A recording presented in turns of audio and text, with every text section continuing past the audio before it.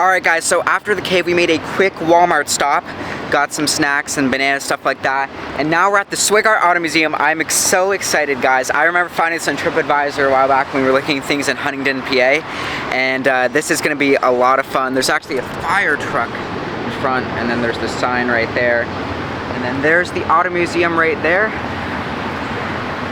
Let's check it out. Wow, Oldsmobile Curved Dash. See why it's called the Curved Dash. What a beauty.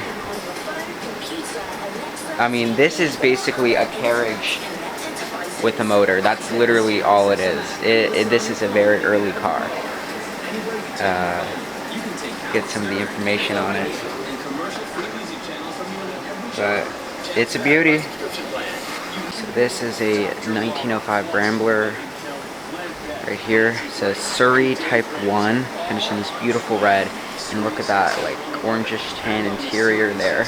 This right here is probably the oldest electric car, one of the earliest, if not the first. This is a 1908 Studebaker electric right here, and wow.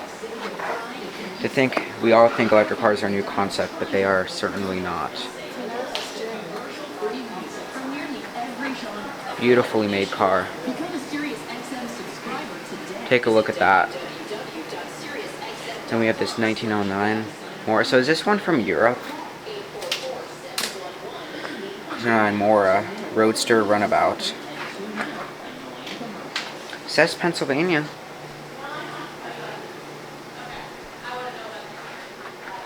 And the license plate. Beautiful headlights. Beautiful red color. So right here it's a 1909 Overland Model 30 Touring Tenay. If you look, it's got an oil lamp right there, it looks like. So that's how you have light, and then there's some lights up front here, very old style lights on the side. Beautiful, like the craftsmanship is beautiful. You see brass on the front. So, just a beautifully crafted car. So it says, a gift to the museum by Dennis Milstein of Gladwine, Pennsylvania. This automobile is a newer one, and that the William E. Swigart Auto Museum collected and arrived in Huntingdon in near mid-May 2004. And it says this car is one of only 4,907 Overlands. So, the spot for only $1,000 in Kansas in 1909. So back then that would have been a lot of money in 1909. 1910 Buick Model 16. Let me tell you what, the craftsmanship on this thing is definitely better than what they do in the Buicks now. But take a look at that brass. So much brass on these cars. And it's a very nice green color. Look at how similar a lot of these look though, but it's certainly a beautiful automobile. Got an oil lamp on it as well. Look at that tan interior. Tannish brown. It's beautifully crafted.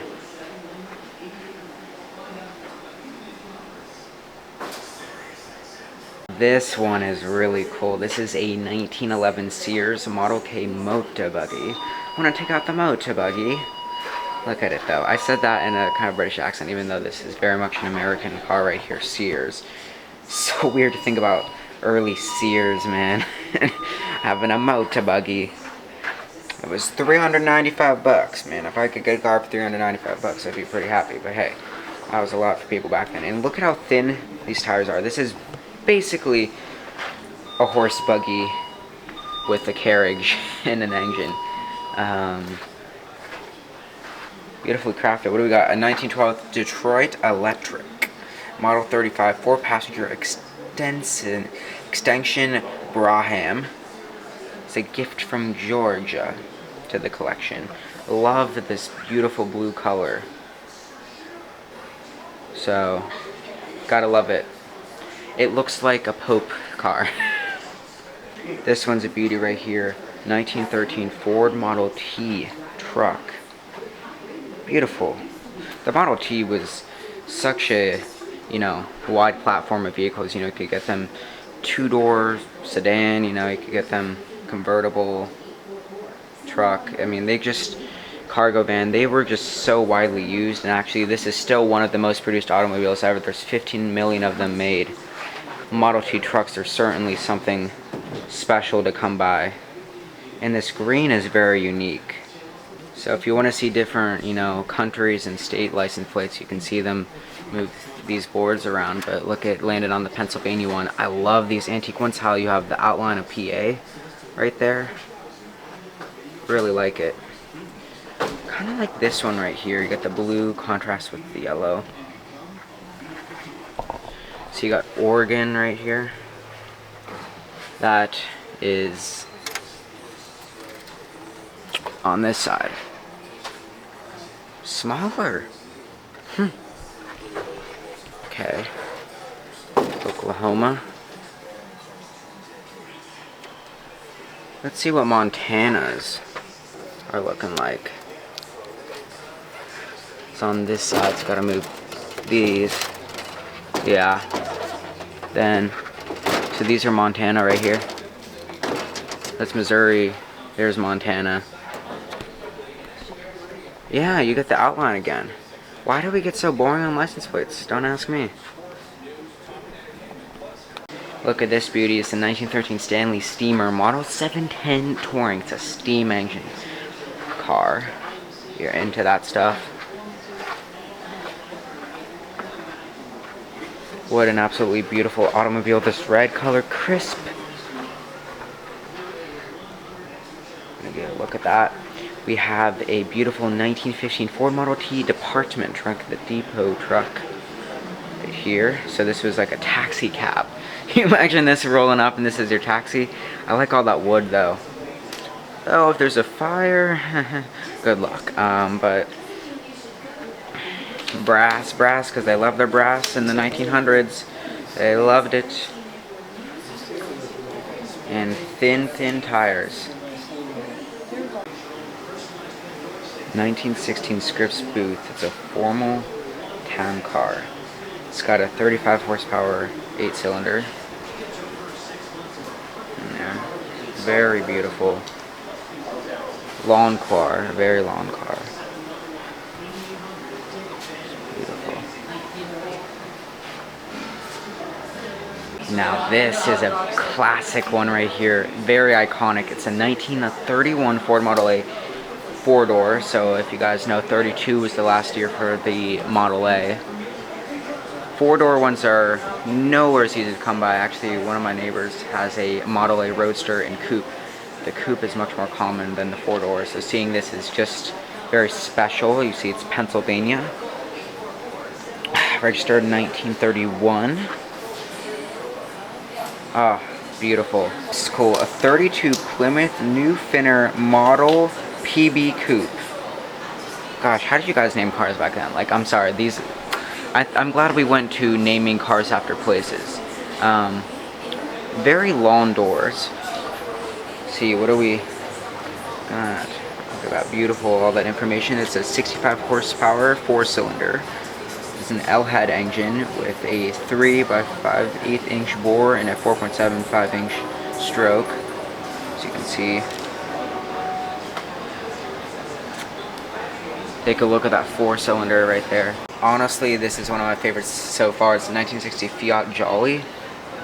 This one was manufactured in Turin, Italy, but it was purchased last by the Auto Museum. It was purchased in 1995 in Charleston and joined the museum. Sorry. Finished in a baby blue. Look at, you got wicker seats in there. So this is an economy car for Italy area. Just a beautiful car. Here's a cool one. It's actually a replica of the curved dash. So that one over there, that's the full size. Now we have the replica. This is a 1903 replica Oldsmobile curved dash. It is powered by a air-cooled single cylinder. It only has 2 gears for forward, no reverse. If you want to go backwards, well, you're pushing it back. That is a really accurate replica. Of course, the curved dash is very minimal. take a look at that. This is a truly spectacular automobile. You know, this is like a Rolls Royce of the time. It's a 36 Duesenberg. It's a prototype, actually. It says the Gentleman Speedster. And Duesenbergs are very rare, hard to come by, and just works of art. Very long front end, very long hood. I'm assuming this is gonna have like, it's got a V10, it says. So this is a V10, a V12, and it's got 160 horsepower. Beautiful automobile. And it actually says right here, 300 of the world's greatest automobiles. Wow, one of the world's most desirable collections. That's what they said they have. So this car was quite the price back in its day, 1937. It was $2,500. It's got 125 horsepower, 8-cylinder under the hood, and what really makes this car special is this is one of the earliest to have pop-up headlights, you know, just very innovative. Beautiful grille on the front. You see two little headlights very low. Goes really well with this Duesenberg.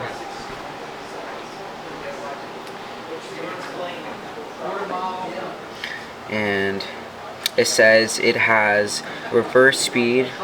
It has it's front wheel drive with power plant and driving unit in the complete unit, including virtually all the mechanical elements of the car. Driving power is transmitted through bevel gears in the driving unit direct to front wheels, with the gear shift on the steering column in the front compartment is entirely clear. It's very unique. Oh, here's a classic, iconic 50s one. This is a 59 Ford Thunderbird. It's a two-door hardtop coupe. It has a 352 cubic inch special V8, 2 valves per cylinder. It's got a 16-gallon fuel tank, and it was originally $4,100. One had leather, like, fender wheels. Yeah.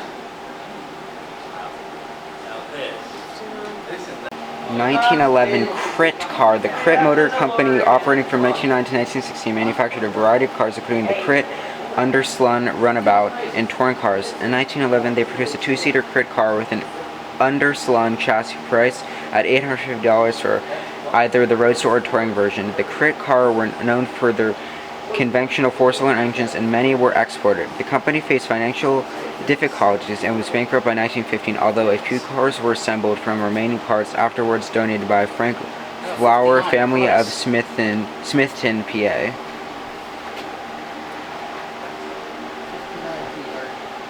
Gotta love the seats.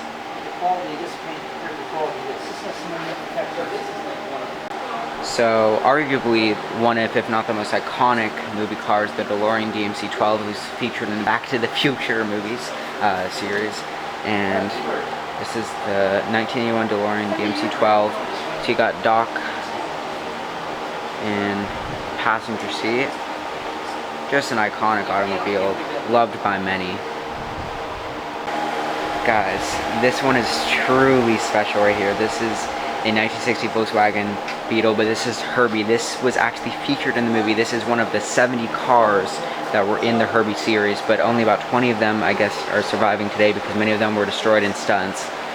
But this Herbie was featured in the Herbie Rides Again movie. This was the sequel, and I've seen Herbie, the original Herbie Love Bug Rides Again. I've seen Herbie Goes to Monte Carlo. I've not seen the 2004 Herbie Fully Loaded, I believe it's called. Truly special. I'm just overjoyed seeing Herbie. So this is the newest addition to the collection. I can't believe it's by the Beetle. It's pretty amazing. It's a 1999 Mazda Miata. The lady up front told us. It's so new they don't have information. One thing though, if you look in there, it's an automatic. So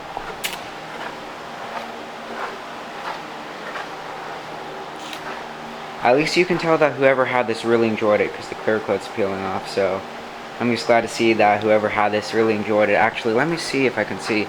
Depends if it's a digital gauge in the front. How many miles? Can we see the miles in there? And it looks like the miles are unfortunately a digital gauge in there.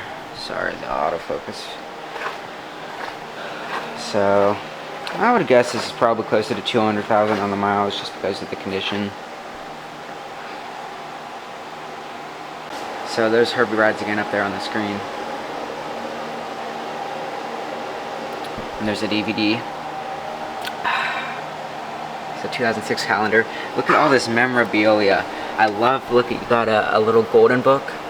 So nostalgic looking. But there's a Herbie one right there. I love the golden sleeve, of course, iconic with these books. It's just cute little books.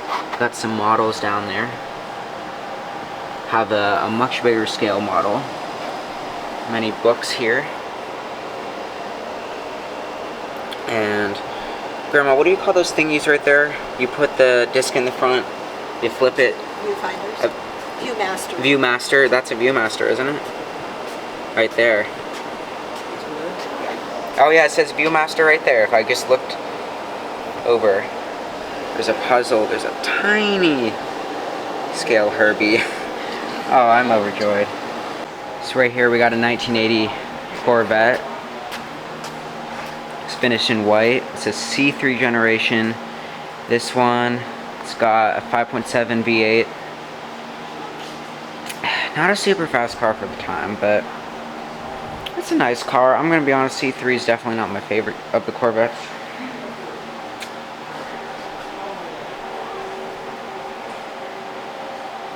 Got some nice seats in it.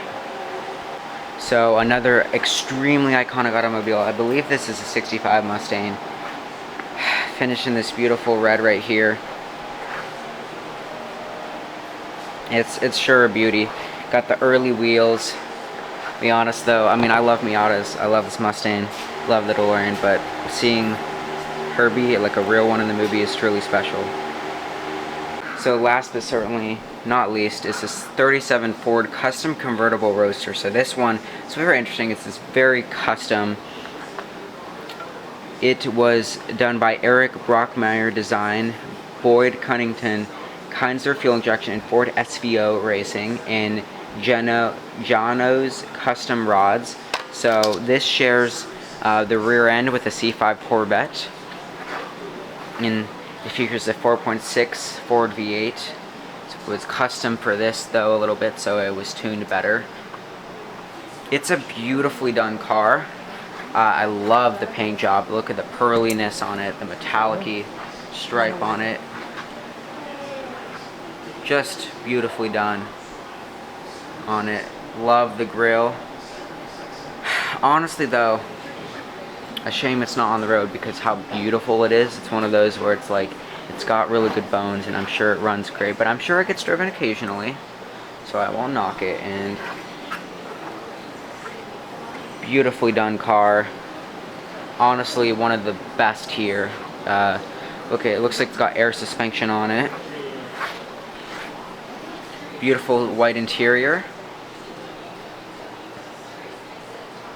Just a beautifully done car. Alright guys, I have to give you a huge update because wow, a lot has happened since I last updated you guys. So the Swigart Auto Museum, amazing museum with 35 beautiful automobiles, iconic automobiles, even movie cars. And I was lucky enough to even sit, I can't even believe I'm saying this guys, Sandy, the receptionist up front, shout out to her if she's watching this, thank you, but she's probably not, but I'm going to name drop her because she was awesome. Sandy, if you guys see her, she's awesome. She was nice enough to let me sit in the 1960 Volkswagen Beetle Herbie that was featured in the Herbie movie. So he was featured in Herbie Rides Again and Herbie Goes to Monte Carlo. I know I said he and it's a car, but you know what I meant. Such an awesome experience.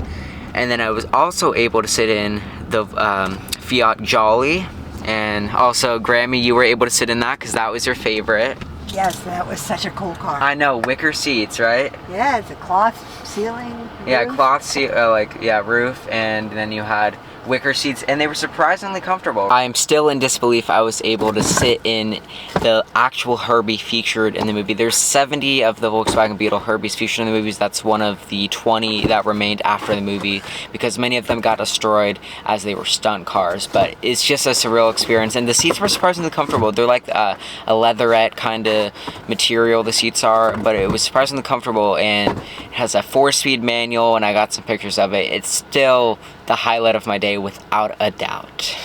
So I thought I'd go over these disposable camera picks I got. This is one of that custom Ford Roadster. This is the interior, the white with the blue accents. It's beautiful. Then we have the what I presume to be is a 65 Mustang, as I don't know the exact year, but it's the 60s for sure. That is the 1960 Volkswagen Herbie Beetle, featured in Herbie Rides Again. That is a bad picture of the DeLorean DMC-12. This is a picture of the Fiat Jolly. There's such a cool vibe to the pictures. This is without a doubt the best pictures. Also, the thumbnail for this video, the Swigart Auto Museum. Beautiful natural lighting. Gotta love it. Thank you guys so much for watching. I will see you in the next one. And as always, guys, peace out. And there will be better audio in the next video. I'm just too lazy to get up and get my microphone. So, yeah.